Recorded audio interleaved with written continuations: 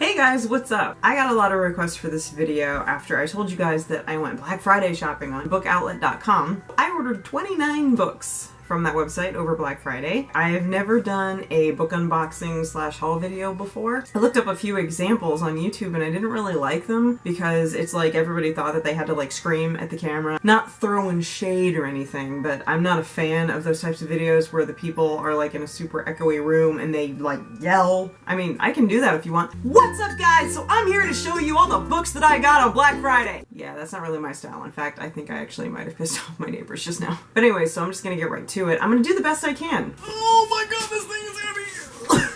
Book Outlet. Their website is awesome. And by the way, this video is not sponsored in part or in whole or any way around, shape, or form by Book Outlet. I just discovered them. I think they're cool. I bought books. You guys wanted me to show you the books. That's what's going on. I bought all these books myself. Book Outlet knows nothing about this video. But if you want to share it with them, I wouldn't be opposed. One thing I really like about Book Outlet is they have brand new books. They're not like used or crappy. They have those if you want them. It's called the scratch and dent copies. If you really want them, they're like dirt cheap. But they're all new books that were just like overstocked or whatever. There's nothing wrong with them. They're not used. So I think that's pretty cool. All brand new books. And they're like $4, $3, $2, $1 sometimes. It's insanely cool. They had a lot of the books that I've been looking for that I couldn't find anywhere else, which was awesome. They have ridiculous low prices. Alright, I'm gonna put this back over here now. Oh, muscles. Bet you guys weren't expecting a front row seat to the gun show. Oh my god. Okay, I'm gonna tear into this bad boy now. Get this nifty little opening device. Whatcha! Zippity-doo-dah, here we go. I can't really move the camera because I lost my tripod, of all things to lose. I don't know how you lose a 5-foot tripod in a 2-bedroom apartment. I have skills. You got paper here. Here's just some of the books that are on top. Ow. Hopefully you guys can see. I'll just cover my face. I also noticed in a lot of the book haul videos that I looked up, the people talking about the books know already somehow all about the book, which I don't know how you could do that because my book haul is like all these books that I bought that I haven't read. And by the way, my predominant reading preference, if you can't tell from behind me here, is young adult / middle grade fantasy, mystery, paranormal. That's what you're going to be seeing a lot of here. Alright, so the first one we have is Suddenly Supernatural by Elizabeth Cody Kimmel. And I do have another one of those somewhere in here. The one I had book 2, and I needed book 1, obviously. You can't read book 2 without reading book 1 first. So this is book 1. I found it, and here it is. Okay, so apparently this book is about this girl who can see ghosts, and her mom is a psychic who can also see ghosts, and she's at school, and she sees ghosts at school. And that's pretty much all I got from reading the back. I don't know. But it sounds awesome, and I can't wait to read it. Ooh, I almost fell over. Next book we have is the Books of Elsewhere series, The Second Spy by Jacqueline West. And I actually do have 3 books in this series already, but it was like, I think I had like 1, 2, and 4, so I needed like 3 and 5. This is volume 3. It feels so good on the skin. Yeah, they definitely didn't do stuff like that in the haul videos that I watched. But welcome to my channel. What lurks beneath the house?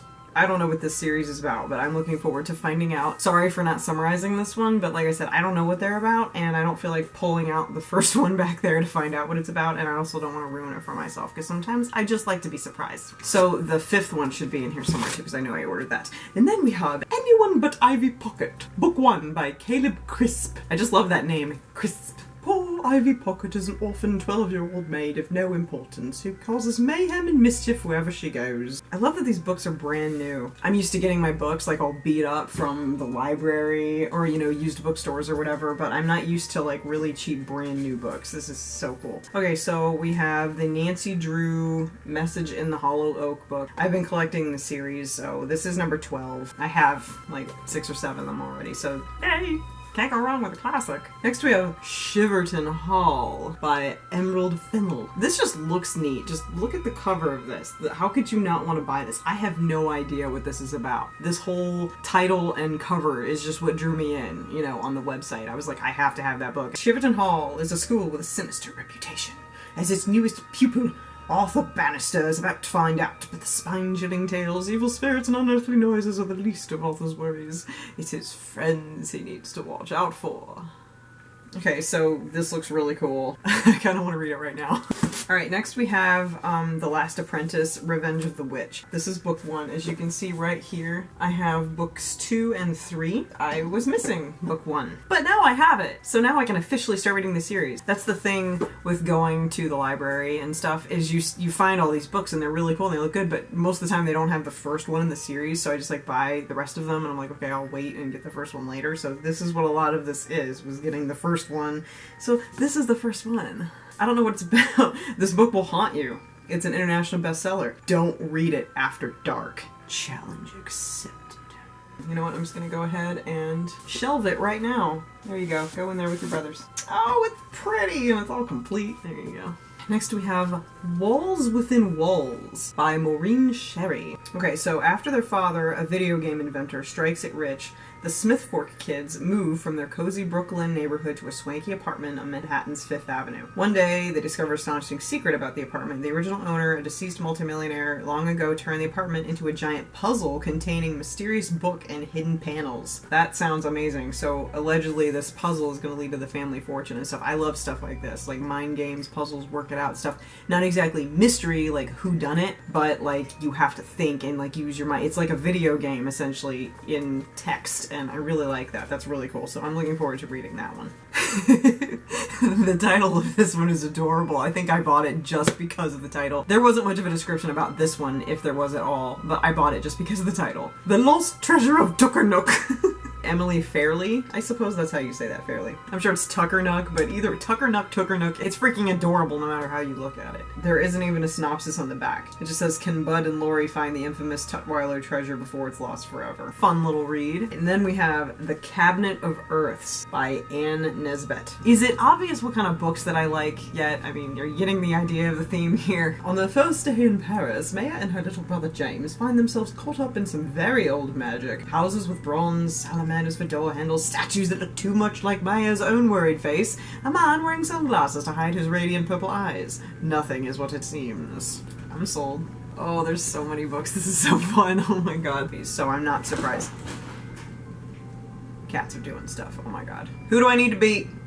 Okay, so anyway, I got a few scratch and dent copies. I don't remember which is which, but I'm sure I'll come across them. This one just has a little bit. It's not even, I wouldn't even call this a scratch and dent copy. It's just got a little bit of, yeah, it's fine. Otherwise, it's perfect. And Arminta's Spooky Adventure, Gargoyle Hall. It's pretty obvious why I got this one. You guys understand. I mean, just, this is the same author who wrote the Septimus Heap series, but I think this will be a fun little thing. Apparently, this is a little series that she did. Hey, Houdini! I have a cat! Oh, here's the books of Elsewhere. This is volume 5. I was right, 3 and 5 are the ones I'm missing. This one's pretty, look. This one's called Still Life. Look, it's snowing and it looks very pretty. Shiny. If you hear crinkling, it's because Houdini's over here and she's decided to play in the paper. Alright. So for those of you who are old like me, this book needs no introduction. Emily the Strange! You guys remember her? By Rob Reger. I guess that's how you say his name. For those of you who don't know, they used to sell it at Hot Topic a lot. It was big back in, you know, my day. It's like written novel-esque style, but then there's like pieces of torn paper and things in there. So I look forward to that. It's got a little bit of a nostalgia feel for me. You know, like I said, you guys who remember when she was like a huge deal. You know what I'm talking about. Oh, this one's cute. It's so small, but it's sweet. The Haunted Library. Look at that. By Dory Hillstad Butler. I think this one speaks for itself. And this is actually a series too, from what I ascertained. I wanted to get another one, but I think I wanted to just see how this one went first. This sounds fun. It's like a little mystery series type of thing. This is cool. Gabrielle Finley and the Raven's Riddle by George Hagen, or Hagen. From looking at the front, I smelled Harry Potter all over this thing, and on the back it even says, a great read for fantasy lovers who have worn out their copies of Harry Potter. Riddles, a necklace, birds, obstacles, orphan, raven, family secret, evil stuff. Basically, I just got it because it sounded awesome, and I trust my judgment. Last in a Long Line of Rebels by Lisa Lewis Tyre. The reason I got this one is because I've read 2 books by Sheila Turnage. I think that's how you say her name. She wrote 3 Times Lucky, which won, I think, a Newbery Award. And the next one, which was Ghosts of Tupelo Landing, Tupelo, I don't know how you pronounce it, but But those were extraordinarily awesome books, and this one reminded me of that, and I think they actually compared it to it somewhere in the synopsis. I remember seeing that. I don't know, it looks fun. Looks to be a little treasure hunt type of story, too. I'm so predictable. Still got a lot of books to go, guys. I hope you're comfortable. If not, then pause the video and go get some coffee, because we still got a little ways to go. The Joy of Spooking, Fiendish Deeds by P.J. Bracegirdle. So this is just apparently a spooky thing, and apparently there's another one, The Joy of Spooking, Unearthly Asylum. I feel like I ordered that, or maybe I intended to, but someone snapped it up before I could. It was sitting in my cart and I couldn't check out right away. A few books disappeared to that. For fans of black humor and real horror.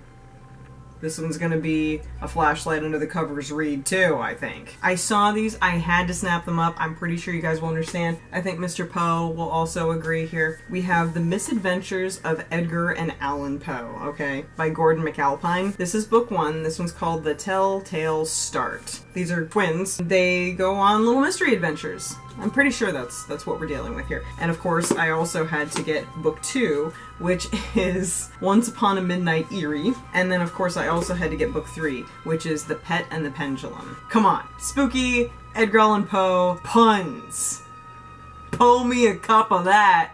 The only trouble with having all these books is not the storage space like you might think. I will make storage space. I'll turn this whole hallway into a library. I don't care. The problem is not being able to read fast enough. I've only read 36 books this year, while writing my own, and making videos, and making candles, and doing everything else that I'm doing in my life. I've only managed to read 36, but last year I had 37! Yes, well, some of them are quite a bit bigger than last year's. Oh, I'm funny. Anyway, moving on. Alright. Behind the Canvas by Alexander Vance. Journey into a world where art comes to life. Paintings that you can go into that takes you to, like, another world and stuff, and it's all spooky. There's apparently a power-hungry witch. This is cute. Fueled by the help of an ancient artist and some microwavable magic.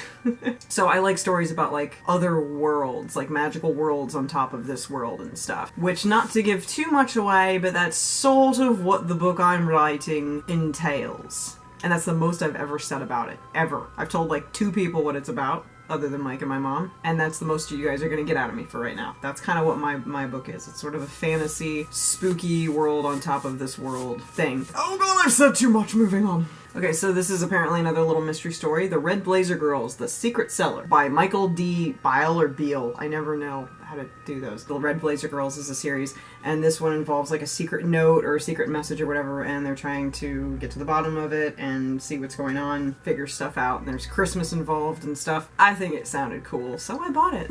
This one I actually kind of know something about, because I've already read it. Curiosity House, The Shrunken Head by Lauren Oliver and H.C. Chester. I've read this one because Mike bought me the second one. Again, there's that second one curse. And I didn't have the first one, so what I did was I went ahead and I bought it on my phone. I think it was 99 cents. It was like on sale, so I read it as I was going to sleep. So I've already read it, but I wanted to own it. This is a fun read, you guys. It's not spooky like I thought it would be. It's actually about a freak show thing, and I'm not being politically incorrect. It actually is about an old freak show, like back in the day, and that's kind of going out of style because it's like at the cusp of when the freak show thing started to become unpopular. And there's 4 kids that are special in it, and there's a shrunken head that comes, and the guy makes it part of the display to try to bring in customers. They're saying that the shrunken head made like this curse because all this bad stuff starts happening, and the 4 kids like try to get to the bottom of it and everything. It's actually quite fun. Since I do know about this one and I've read it, I do recommend this one. And the second one is sitting next to my bed. It's in the queue to be read.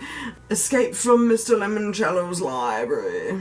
Anything with library in it is gonna be good, right? By Chris Grabenstein. Discover the coolest library in the world. Winning an invitation to the opening night lock-in at the new library took a lot of work and some luck. Getting home will be a whole other story. I think this sounds fun because I've always sort of fantasized about getting locked in a library or a school overnight, and like, what would you do? You know, what are the possibilities there? I actually wrote a story once when I was like 7 or something. I've been writing stories forever, just never really made anything of it. Until now, ha! Where there were kids, you know, myself included, of course I wrote myself because I was a kid.